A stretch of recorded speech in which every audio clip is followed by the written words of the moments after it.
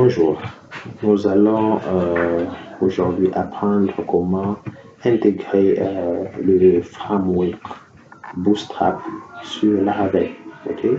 Il y a plusieurs manières de le faire. Vous pouvez le faire manuellement. Maintenant, par exemple, on peut aller sur Bootstrap. Okay?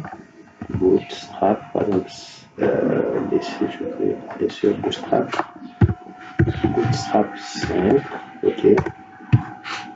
Par exemple sur Bootstrap 5 et vous pouvez juste copier ça et vous venez avec ça dans votre application et le coller. Ok, une fois collé, nous allons le tester. Ok, on va tester ça. Allez, je clique. Allez, vous voyez que j'ai le format Bootstrap. Ok, et la deuxième façon c'est de télécharger Bootstrap. Ok, le dossier, un dossier Bootstrap avec plusieurs fichiers et vous allez intégrer le fichier Bootstrap dans votre application. Et la troisième, c'est installer ça via NPM. Ok, alors comment nous allons faire pour installer ça via NPM? Il y a une commande, nous allons le taper. Commande, c'est NPM install Bootstrap. Ok, si vous voulez aller à une version supérieure, vous pouvez mettre next. Ok, et vous faites enter. Il va installer Bootstrap. Ok, ok, voilà. Donc là, il les refuse parce qu'il n'y a pas une version supérieure. Nous allons juste installer Bootstrap 5. Ok, vous l'installez Bootstrap. Ok, on va installer Bootstrap et nous allons juste revenir après. Ok, nous allons revenir après l'installation. Ok, l'installation étant faite, qu'est-ce que nous allons faire? Nous allons juste venir ici. Nous allons créer un dossier qui va s'appeler par exemple SAS. Ok, SAS. Et à l'intérieur, nous allons mettre un fichier qui va s'appeler app.scs. Ok. Et à l'intérieur, nous allons faire un import de Bootstrap. Pour le Bootstrap, nous allons dire tu vas appeler Bootstrap. Ok. Et après avoir fait ça, nous enregistrons. Ok. Allez, si vous venez ici, vous actualisez, vous n'aurez pas le thème de Bootstrap parce que ça n'est pas encore fonctionnel. Alors, normalement, il doit aller chercher ça à ce niveau. Il doit aller chercher ça à ce niveau-là. Le Bootstrap là, on va le chercher à ce niveau. Et dans Bootstrap, comme le Bootstrap est installé, ok, vous allez là, cesse. Et il va récupérer ce gars-là. Ok, c'est lui qui va récupérer. Et nous allons juste replier tout ça. Voilà. Et pour voir vos dépendances qui sont installées dans package.json, vous allez trouver, il y a Bootstrap. Ok, vous voyez, c'est dans les dépendances. Il y a Bootstrap qui est installé. Alors, sans oublier, il y a aussi Bootstrap qui fonctionne avec Popper. Ok, donc les jQuery, Bootstrap 5 ne fonctionne plus avec jQuery. Il fonctionne avec son propre, sa propre librairie JS. Ok, alors nous allons taper cette commande pour l'installer, c'est Popper. Ok, okay. Donc, nous allons devoir installer Popper. Alors pour installer Popper, vous tapez npm. Ok, install. Ok, @popper.js/core. Ok, vous pouvez juste l'installer et il va l'installer. Vous allez voir, il va l'installer. Nous revenons juste après l'installation.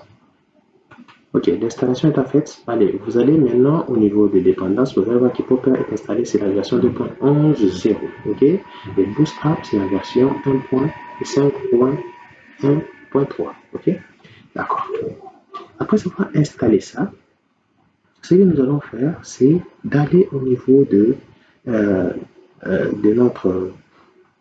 notre ressource publique, de notre ressource au niveau de JS. Il y a le Bootstrap qui est là. Ok, et à ce niveau, nous allons intégrer le Bootstrap. Ok, nous allons faire un import de Bootstrap. Alors, qu'est-ce que nous allons faire? C'est dire import de Bootstrap. Voilà. nous avons importé Bootstrap. Et comme le Bootstrap est importé ici, et que celui-ci se trouve au niveau de app, allez, vous comprenez directement que ça va fonctionner. Alors, nous allons essayer et nous allons vous montrer quelque chose. Alors, c'est npm, nous allons taper npm run dev pour tout compiler. Ok, run dev. Pour compiler toutes les dépendances, ok?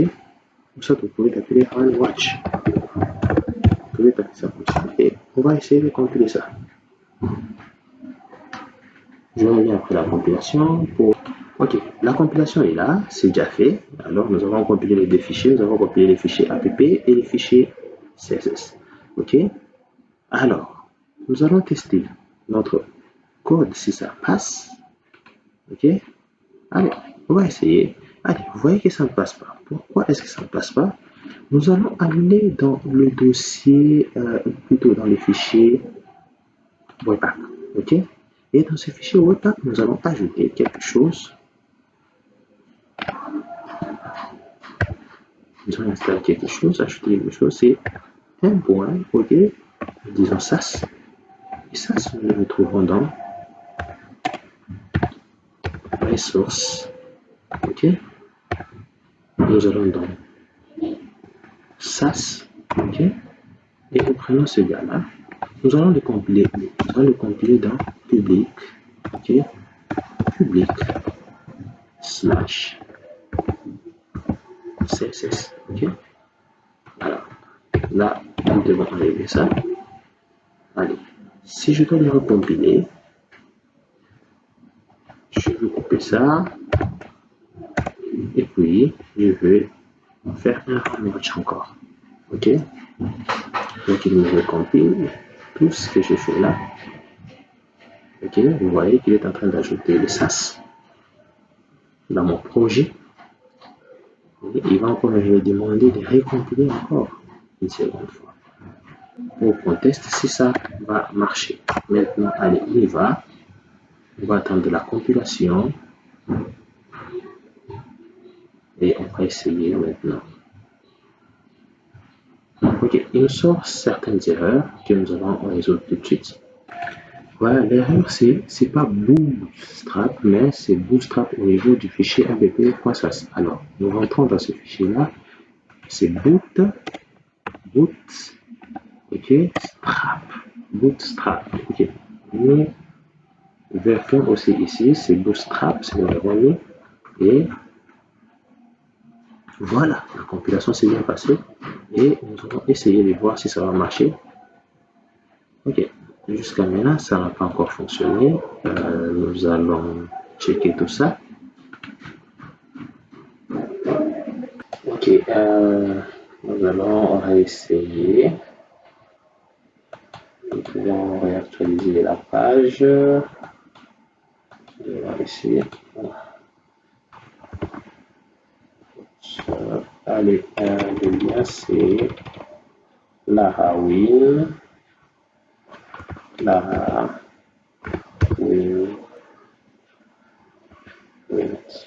pense que c'est ça le lien. Donc, je vais faire tromper. Comme ça, c'est Laravel. CSS, voilà. Ok, quand nous regardons, nous voyons que c'est toujours le style de timing qui est appliqué, mais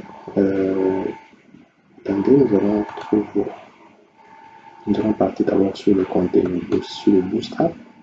Nous pouvons copier d'abord ce texte et ce form, venir avec ça ici, et simplement remplacer ça là-bas pour voir si Bootstrap est appliqué à nos balises. Ok, et quand vous appuyez là-dessus, voilà, Bootstrap est appliqué. Ok, donc vous avez la présence des Bootstrap et des timings au même moment. Quand vous voulez par exemple prendre un petit exemple de message flash et que vous venez, vous le mettez là, juste là au-dessus. Je peux créer juste encore un livre avec la classe MB. par exemple 1, 2, 3, et à l'intérieur, je peux mettre mon truc là.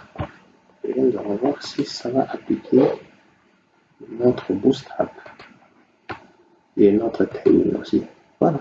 Nous avons notre tailwind, nous avons le bootstrap qui est à côté, donc nous pouvons utiliser notre application de tailwind et le bootstrap en même temps. Ok, voilà, c'était tout pour cette vidéo où nous avons montré comment est-ce que nous pouvons installer Bootstrap via NPM dans notre application Laravel. Merci. Si vous avez aimé cette vidéo, veuillez cliquer sur j'aime et partager cette vidéo et en vous abonnant à notre chaîne pour nous donner encore beaucoup plus de courage de pouvoir faire encore beaucoup plus de tutoriels. Merci.